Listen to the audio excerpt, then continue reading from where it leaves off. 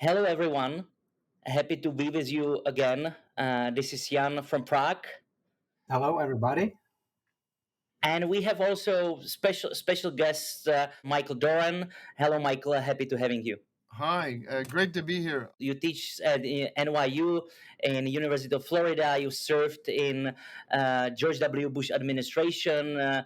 You served at National Security Council. You are now a senior fellow at Hudson Institute. So you are a man of many professions. Yes, yes, I can look like a professor sometimes. Splendid. So if you are a man of action, let me shoot at you first question. The topic of today's interview is logically Hamas. It's Israel. It's Middle East. You are expert in international affairs. Um, so my first question is pretty simple. Uh, Now military offensive on the ground is ongoing. IDF is in northern Gaza. We see footage every day. For you as an international affairs expert and fellow at the George W. Bush administration, so with experience of similar military actions, now I'm talking about Afghanistan and Iraq, is there for Israel any other solution than the ground offensive, or is it mistake because it threatens the conflict will expand from political and diplomatic perspective? So thank you for having me, Jan and Don. It's a great pleasure to be here. There is no alternative to the ground offensive. There's just the Israelis have been trying to manage the threat out of Gaza for years now. The Hamas and Palestinian Islamic Jihad. They have rockets that they are shooting at Tel Aviv. And the Israelis were able to manage that threat by carrying out operations from the air and through their extensive missile defense system that Iron Dome, which was able to prevent most of those rockets from doing any serious damage. But as of October 7th, when they lost well over 1,000 people who were killed, and in the most horrific fashion, there's an imperative, a domestic political imperative, a national security imperative to actually destroy Hamas. There's no Israeli government that could tell its people now that it isn't going to take out this threat. That's not just because of the reaction to the rapes and the murders and the torture and the hostages. It's also the simple fact that Iran has come in behind Hamas through Hezbollah and opened up, created a front in the north, and both the south of Israel and the north of Israel are depopulated now because of the threat, because of the military threat. So, from a national security point of view, if the Israelis didn't end these threats, then they would actually begin to lose territory, and that's a thing I don't think a lot of people have noticed, is that they're actually in threat of not being able to have their Jewish population or any civilian population in the areas surrounding the Lebanese border and surrounding Gaza, and that's intolerable for any Israeli government. I would maybe have more questions. But my first question: how long it will take to finish the ground operation, in your opinion? It's a great question, and if the Israelis are given unqualified support by the United States, then I think it will take at least several months to actually. I mean, the military goals are to destroy Hamas as a military organization and to make it incapable of ruling over Gaza. So if you think of Gaza not just as a place where there's a terrorist organization or terrorist organizations, but as a sort of state of Gaza, the Israelis are going to dismantle the state of Gaza. That's their stated goal. I don't know that the Americans are going to support them in that, and half expect. If I had to bet, I would bet that that within the next month or so, or at least maybe even next few weeks, pressure is going to grow on from Washington for the Israelis to halt or slow down their military offensive.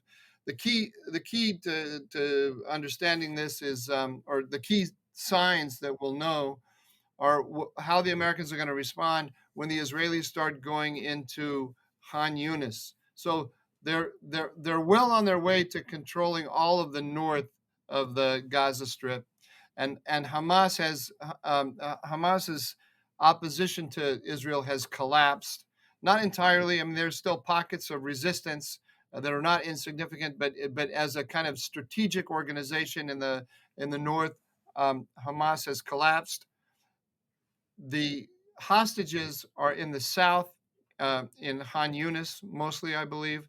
I presume. I don't know. I presume. Yahya Sinwar, the leader of Hamas, he's in a bunker in Han Yunis. The Israelis have displaced a large percentage of the population of the north. They've told those people to go to the south and to go to the beach area. Now they're going to start pushing into Han Yunis, and that is going to create even more displaced people and pressure. And I expect pressure on the international system. I expect there's going to be a pushback against the Israelis.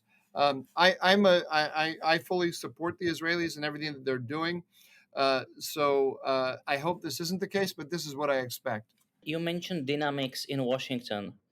Uh, so there is now cleavage inside the Democratic Party. Part of the party, even on the Capitol Hill in the Congress, is pro-Israeli, but there are also, let's say, people with other opinions, well-known Alexander Ocasio, Rashida Tlaib, and others. And plus, there is also movement at American universities, even the elite universities, including Ivy League. So, how you see this dynamic influencing the thinking and strategizing at the White House and NSC just before the start of election year? Oh, it's a huge dilemma for the White House. The White House, uh, the Biden administration, and any Democratic in any Democratic leader from the Democratic Party in the United States is has a kind of bifurcated brain on the question of the Israeli-Palestinian conflict. So on the one hand, you have the progressives in the Democratic Party. They're a minority in the party. They're only 20 or 30%, maybe. I'm pulling those numbers out of the air. I could be wrong exactly, but they're not a majority in the party. But they're the most dynamic element in the party, and they're highly mobilized, and they have a very clear worldview. And they read the war in Gaza as oppressor Israel against oppressed Palestinians. And they basically see it, without putting, to being too crude about it, they see it as a war of the Israeli Defense Forces against Palestinian babies. That's how that's how they read it. No one who's running the Democratic Party can ignore those opinions. Uh, on the other hand, there's a significant part of the Democratic Party and an even more significant part of the American electorate, which sees this as which sees Israel as fully justified in everything that it's doing, doesn't see any, to get back to your first question, any obvious political answer.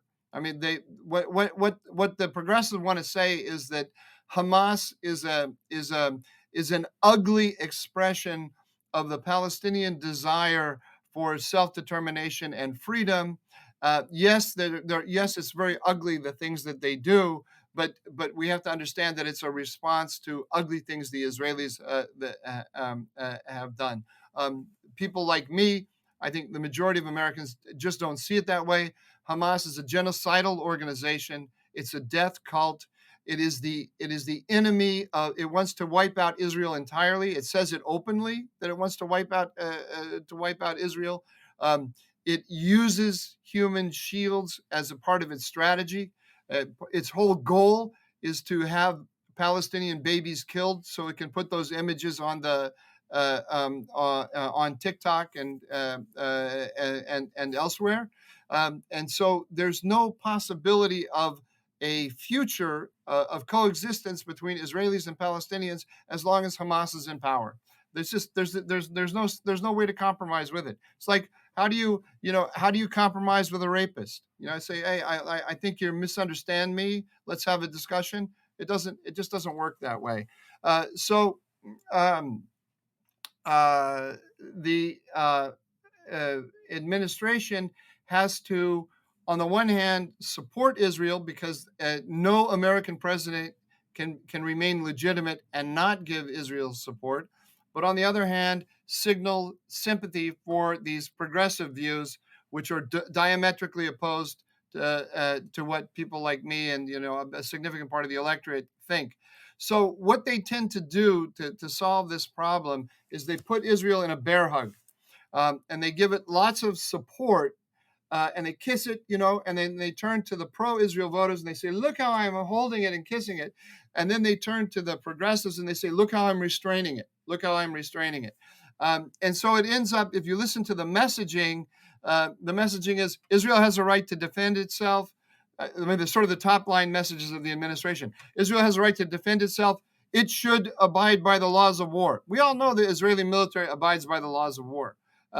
So what is that warning about abiding by the laws of war? Well, that's to the progressives. So there's a kind of list of items that the administration does so it can turn to the progressives and say it's listening to them, it's sympathetic to them, and a list of items that it's doing so it can turn to the pro-Israel community and say that it's being supportive of Israel. Now, one last point on this. There's another point where the administration's worldview puts it in two worlds that are kind of on two sides of a major divide at once, and that's its Iran policy. The administration believes strongly in engagement of Iran as the best way to manage the threat from Iran, and so that bear hug is also used. The same bear hug is also used by the administration to maintain its relations with Iran. So while it's sending the aircraft carriers to the Middle East, and it's saying it says to the pro-Israel community, look how I'm supporting Israel. Look how I'm deterring Iran. Simultaneously, it turns to Iran through quiet channels that we don't hear about, and says to the Iranians, let's work together to prevent this conflict from widening. Let's work together to bring a peaceful solution to this. Let's work together to get the release of hostages, and so on. And so there's a very interesting negotiation going on between Iran and the United States that we're not hearing anything about. But it reinforces that need that the administration feels to be on both sides of the issue simultaneously. Let's maybe come back to Middle East from United States. When we are talking about the dynamics, I can't mention that Bahrain Crown Prince Salman Al Khalifa on Friday called Hamas to release all the hostages in exchange for Palestinians present in Israel, I suppose, and even declared what Hamas did on the 7th October was a war crime. Is this some kind of breaking point in this conflict? So this is my first question. And my second question would be, when Israel manages to reach its goals, what will happen next? Who will govern the Gaza Strip? Okay, these are two huge questions. Let me try to be uncharacteristically concise in my answers. If you look at the larger Middle East and you look at the attitudes toward the conflict, you've got three groups really. The group led by Saudi Arabia, of which Bahrain is a part. So Saudi Arabia, Bahrain, the United Arab Emirates, Egypt, Jordan. Jordan less so. Jordan is a Palestinian country, a majority Palestinian country, so it's a kind of anomalous case. But these are countries that want to see Hamas defeated, or these are states that want to see Hamas defeated. They can't say so openly because the feelings in their countries about Zionism and Israel, and especially all of the images that we're seeing of Israeli bombardment of Gaza and the civilian casualties, it plays on people's emotions. But as cold, the cold calculus of the leaders in these countries is that their best interest is to see Hamas defeated, because they see Hamas as the Muslim Brotherhood, which wants to carry out revolution in their countries, and they see it as an agent of Iran. Although the Muslim Brotherhood and Iran are, and Iran being a Shiite country, Muslim Brotherhood being Sunni, they're ideologically, they're not necessarily soulmates, but they share the same strategic goal of undermining Israel and undermining the American alliance system in the region. And so the leaders in the Arab countries that I mentioned, they see this clearly, and they understand that their interest is to see Israel win. And then we have another group of countries represented by Turkey and Qatar, who are more openly, especially the Turks, they've come out more openly sympathetic to Hamas. And President Erdogan has said Hamas is not a terrorist organization. And then you move over to the next, then you have Iran, which is saying that Hamas is needs to be supported, and that we do support it in every way militarily, and against a two-state solution. The Turks are not against a two-state solution. Iran is providing not just arms and training and money to Hamas. It is also providing a diplomatic and military support. So the Houthi attacks on Israel, that's Iran. The proxies in Iraq that are attacking American bases and saying that Americans must bring an end to this conflict, put pressure on Israel, that's Iran. The Hezbollah, most importantly, which has tied down significant Israeli forces in the north of the country, that is Iran. Now, the Turks also feel themselves, like all of the Arab countries that we mentioned, they feel themselves under pressure from the Iranian alliance system, under threat from the Iranian alliance system. And that's part of the reason why they want to see Hamas defeated. The Turks see themselves in competition with Iran for influence in important areas, Syria, Iraq, especially northern Iraq, etc. They don't feel threatened by Iran in the same way that the Arab states do. If there was to be a war tomorrow, this is not going to happen, but if there was to be a war tomorrow between Iran and Turkey, Turkey would win, and would win easily.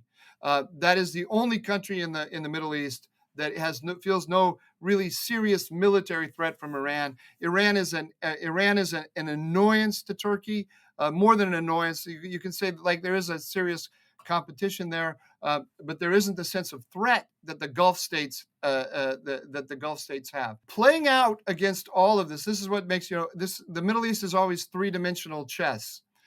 Playing out in all of this is also a very, very complex negotiations that each one of these capitals is having with the United States. That policy that I mentioned in the previous question of the Biden administration of trying to reach a strategic accommodation with Iran, that puts all of America's Gulf allies in a very difficult bind, because it increases what they feel and what the Israelis feel. It's hard for them to say it openly because they're allied with the United States and dependent to a certain extent on the United States for their security. They feel that the United States, with its left hand, is strengthening Iran, and then with its right hand trying to restrain it in certain limited ways. It's strengthening Iran by turning a blind eye to Iranian oil sales to China, by doing nothing to contain Iran's conventional military power in places like Yemen, Iraq, Syria, etc. Iran's military power, conventional military power, which is growing significantly, because they have developed these disruptive military capabilities of missiles, rockets, drones, so ballistic missiles and cruise missiles, drones, and all of those together. Those capabilities are very significant. They're growing. They can overwhelm the defenses of any country in the region. They can overwhelm the defenses of the United States. Because of the Iranian-Russian alliance, those capabilities are growing. So the sense of threat by everyone in the region from Iran is increasing all the time. And they're looking for America to answer that problem, and America's not answering it. The Turks, they don't feel that same threat. They notice it. It's a concern, but they feel like they, on a bilateral Iran-Turkey basis, they have an answer to all of those things. But they have an agenda, a different agenda with the United States, which is that the United States is supporting the PKK in northeast in northeast Syria. So the Turks are the Palestine question historically. You can look at it this way: the countries that are out mobilizing support for the Palestinians against the Israelis and calling for the destruction of Israel are doing so because they are hostile to the American order. The test case on this, the perfect test case on this is Jordan. There's no country in the world that cares more about Palestinians as Palestinians than Jordan, because it's a majority Palestinian country. So the sympathy for the Palestinians, the concern with their welfare and so on, is at its highest level in Jordanian domestic politics. But Jordan doesn't go out and rail against the United States in the way that Iran does. Is it because Iran cares more about the Palestinians? No. It's because Iran uses the Palestine cause. It'll fight Israel to the last Palestinian, because it's using that as a tool to go after the American order. The Turks are increasingly uncomfortable with the American order, not because they're Islamist, not because they're hostile to America in their core, but because the Americans are supporting their worst enemy, the PKK. That's my view. That's a controversial view here in Washington, but that's how I would look at these different different groups. What I'm trying to say here, I know I've gone on a long time in answering this question, is that there are lots of agendas that are playing out simultaneously with the Palestine question inside the Middle East, and of course, in Europe and America. It's the amazing thing about the Palestine question that it is that it's one of these vehicles that people use to pursue all kinds of agendas that ultimately have nothing to do with Palestine. That's how you get LGBTQ plus people marching for Hamas. It doesn't make any sense ideologically, but it does if you think about it in terms of their opposition to a certain order. Question from my side: how you see the countries around Israel? You mentioned Jordan with a large Palestinian population. Then there is Lebanon, also in Sabra, Shatila, refugee camps, and elsewhere. There are Palestinians. Then there is Egypt. So how you see the stability of these three countries? The problem of Arab Street, institutional stability, external pressures. So each one of those is very different. The key in each one, there are different drivers on this question. In Lebanon, obviously, Lebanon is a country that is effectively controlled by Hezbollah.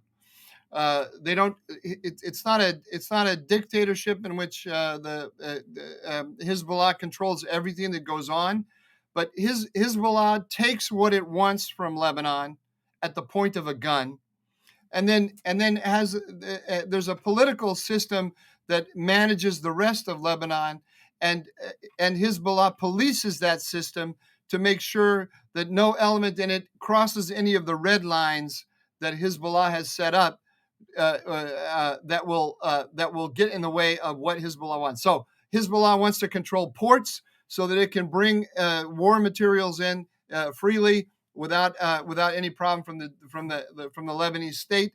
If any element in the Lebanese state starts to interrupt the flow of war materials from Iran to Hezbollah, Hezbollah will take action to bring that to an end. So you get the semblance of democracy in Lebanon, because there are lots of elements, there are lots of pockets in the country that are not totally under Hezbollah's control and that don't even like Hezbollah and will express opposition to it in certain ways and so forth. But it's all it's all contained within left and right boundaries that Hezbollah polices. So really, in Lebanon, it doesn't matter. The public opinion, it doesn't matter. There's no Hassan Nasrallah, the Secretary General of Hezbollah. He's basically laughing at anyone who thinks that any American or Westerner who thinks that we can appeal over the heads of Hezbollah to the Lebanese population. This is just not it's not realistic, because there's no leverage that they have over Hezbollah, which has the south of the country on the Israeli border totally under its control, and that's what matters. In Jordan, it's a much more complex situation, because the population is overwhelmingly sympathetic to the Palestinians, but the Jordanian state is allied with the United States and will remain so. We've been through a number of episodes like this. The Gulf War in 1991 being a great example, because the Palestinians were sympathetic to Saddam Hussein and not sympathetic to the American war effort. At the time, King Hussein of Jordan, he was able to manage those tensions very deftly. His son here is trying to do the same thing. I'm not a great expert on Jordan. It's been a long time since I've been there. I don't have a sense of what's happening on the ground, but on the basis of the history, I would think they will be able to weather this, and they will get support from surrounding countries, Saudi Arabia, the UAE, and so forth. Everyone understands their dilemma of their leadership and will work to help them manage it. Nobody wants to see Jordan destabilized. With regard to the Egyptians, this isn't going to destabilize Egypt. On the contrary, I think the Egyptians have already used this to have debts wiped out. Just if we go back to October 5th or October 6th, the day before Hamas stormed out of Gaza to attack the Israelis, there were very serious unhappiness in Riyadh and in Abu Dhabi with the Egyptians over debts, among other things.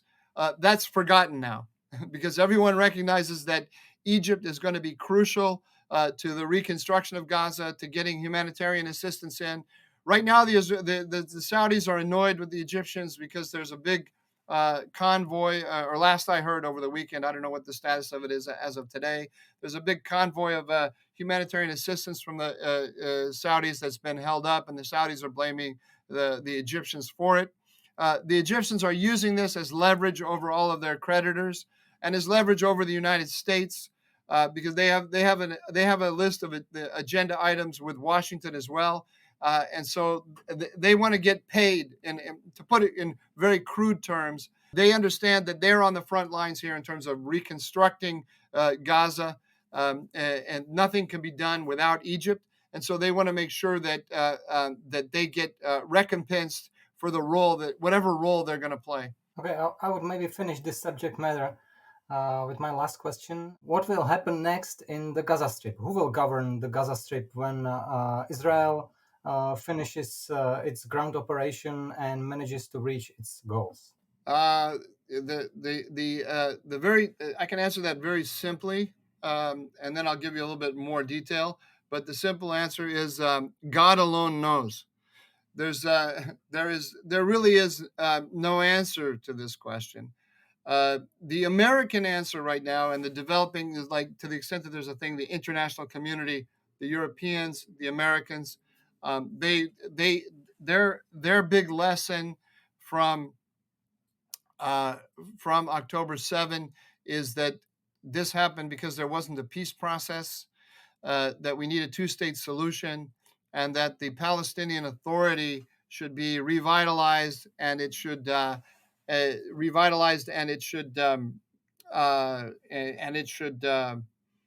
take over in Gaza.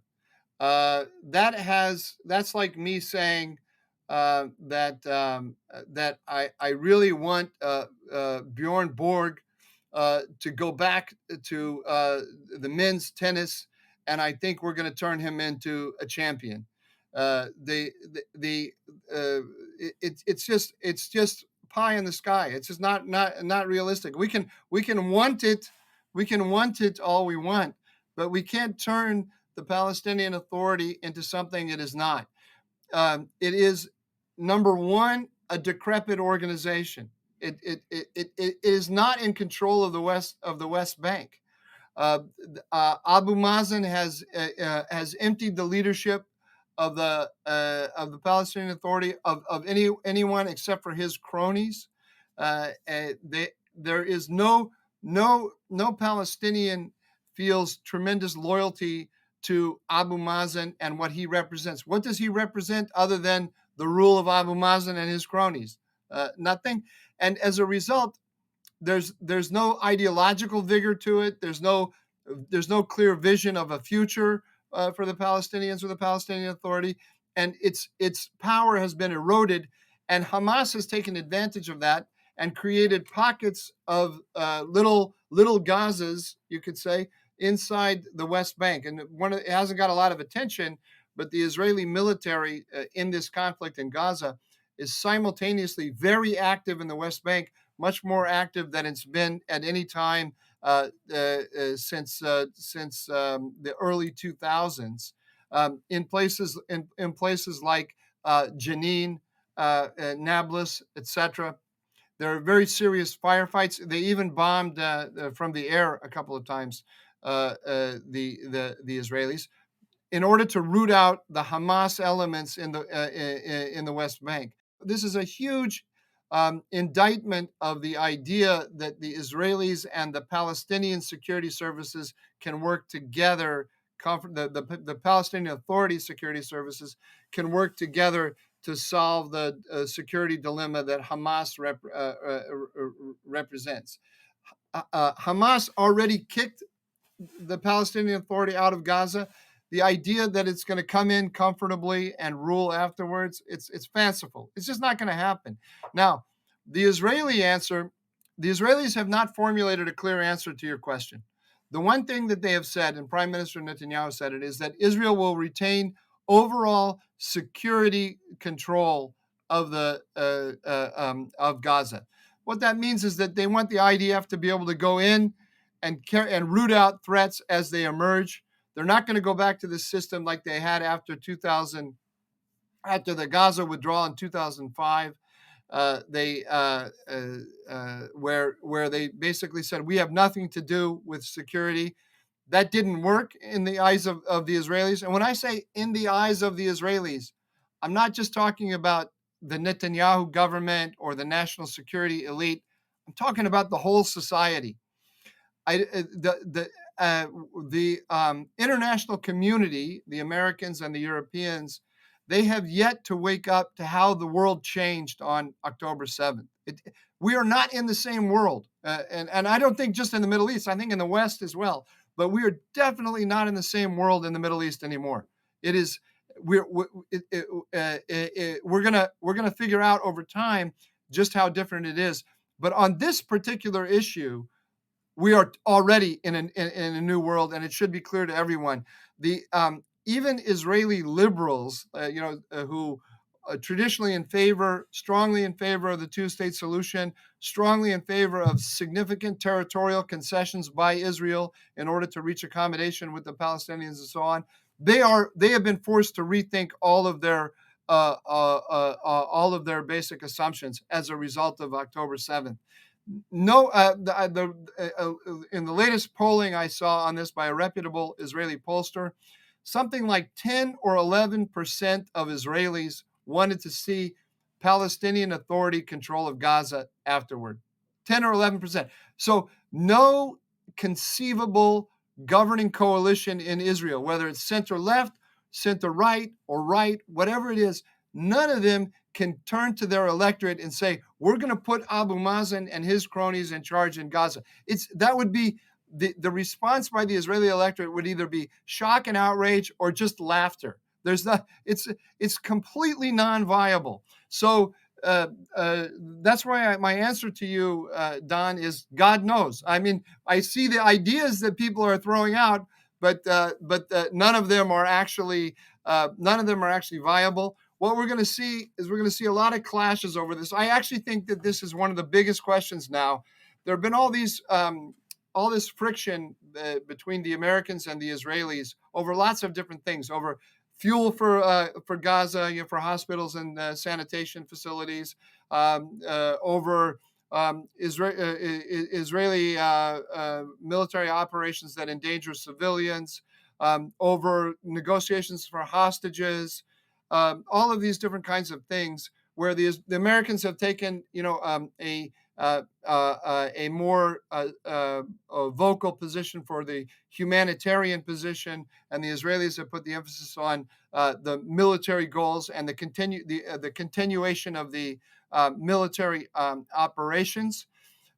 This has been registered in the public in Israel and in the United States as humanitarian concerns versus military operational concerns. Actually, I think it's more than that. There is this question of two-state solution versus some other arrangement. I think that is actually what's starting to be negotiated in those conversations. So far, the Americans and the Israelis have been able to massage the difference and manage the friction. But in the coming weeks, I expect that this question about the day after is going to become more and more clearly defined in people's minds.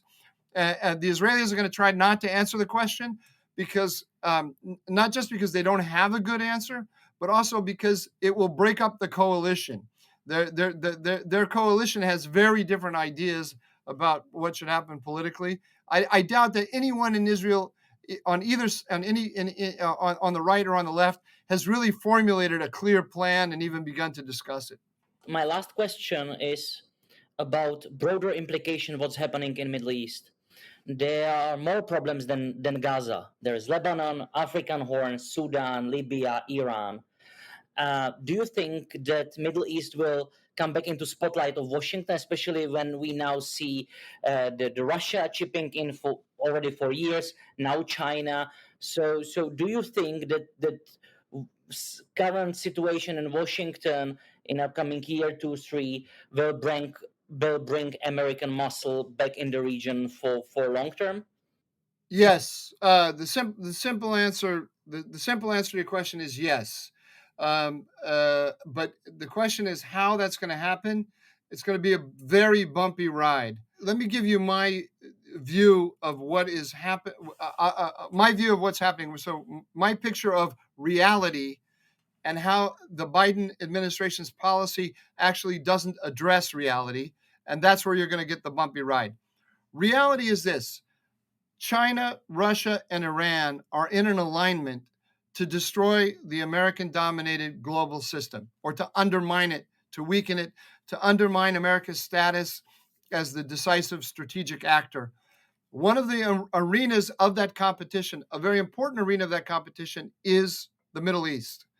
In that alignment, China, Russia, Iran, each one of those actors is responsible for his or its geographic arena. So China has global ambitions against the United States, but the area in which it is focused on undermining America the most intensively is, of course, East Asia. The Russians are trying to undermine the United States order in Europe and in Africa. The Iranians, their job is primarily the Middle East. There's a kind of division of labor here in this alignment. The proper way to understand the Hamas Israel conflict is part of an Iran it's in what it calls its axis of resistance. It's Iran and its Middle Eastern allies. That's the Syrian regime, Hezbollah, Hamas, the Houthis in Yemen, and and all of these different militias that Iran has created in Iraq and Syria and elsewhere. That's the Resistance Alliance. It is openly dedicated, daily in their public expression at the highest levels. They call for destroying the American order and for destroying Israel. Very clear. You couldn't be clearer. That is the way to understand the Hamas-Israel conflict. Is it's part of this Iran-U.S. conflict to destroy the American order. The Biden administration believed that there's a distinction between the rhetoric of Iran and its actions, and that Iran is so weak domestically, because you see all those protests, that it's really a status quo power. And we can actually cut a deal with it. Yes, it's going to continue to rail against the United States and the West, but in terms of what it's actually going to do, we can cut deals with it. And so America has been too hostile to Iran because of the Saudi opposition to Iran, because of the Israeli opposition to Iran. So what we should do is differentiate the United States from its allies. This is the Biden-Obama worldview. Differentiate it from Israel, differentiate it from Saudi Arabia, etc., and cut deals over the heads of our allies with the Iranians. That will stabilize the Middle East. And the Biden administration is very proud of this worldview. They think it's very sophisticated, and they believe that it was creating stability. Just before October 7th, Jake Sullivan, the National Security Advisor, wrote an article in Foreign Affairs, and he gave a talk to the Atlantic magazine in which he said, that the Middle East has never been so quiet as it has been. For decades, we haven't had the kind of quiet that we have achieved. He doesn't say why, because this Iran engagement, but that's what it's all about. The Iran appeasement, as I would see it. So this was going to be the policy, this was going to be the position that the Biden administration was going to take into the election in 2024. We stabilize the Middle East. We have this way of doing it. This is fantastic. Everything is blown up now. Now, what they're trying to do, if you listen to Biden's rhetoric before Congress, is he's saying we have two problems. Russia and Hamas. We Republicans and Democrats, we have to join together to take care of this Russia-Hamas problem. This is the wrong definition of the problem. The problem is Russia-Iran. The Russia-Iran problem is a problem for Europe in Ukraine. The Russian capabilities with drones that come from Iran are increasing significantly. Those same drones, which are getting better and better because of Russian-Iranian technical cooperation, are going to be coming into the Middle East very soon. None of this is going to give the Biden administration a quiet life. And so it's going to have to, at some point, formulate an answer to the Iranian threat. Today, which is on Monday, and I'll end on this, the foreign minister of Saudi Arabia just landed in China, leading a delegation that includes, if you think about what I said before about the different groups, includes Turks, Qataris, Bahrainis, UAE, who am I missing? Jordan, Egypt, all going to China to talk about the Chinese about how to solve the Gaza problem. That's a huge insult to the United States that all of its allies have banded together to go to China to solve this to solve this problem. Don't get me wrong. The Saudis want the United States to stay in the Middle East. They're not trying to pull the Chinese in to destroy America. But the United States is not providing them the security that they need against Iran. So the administration is going to have to own up, is going to have to wake up to this. But there are very considerable impediments to coming to this awakening. They're not simply intellectual; they're also political and economic. It throws all of their energy policy into disarray. It throws their the love, their appeal to the progressives. It complicates that. So we're in for a bumpy ride. That's all I can tell you. And let's see what will happen in upcoming weeks and months. That was Michael Doran from Hudson Institute. Thank you for being with us, sir. Thank you. Thank you, everybody, for joining us.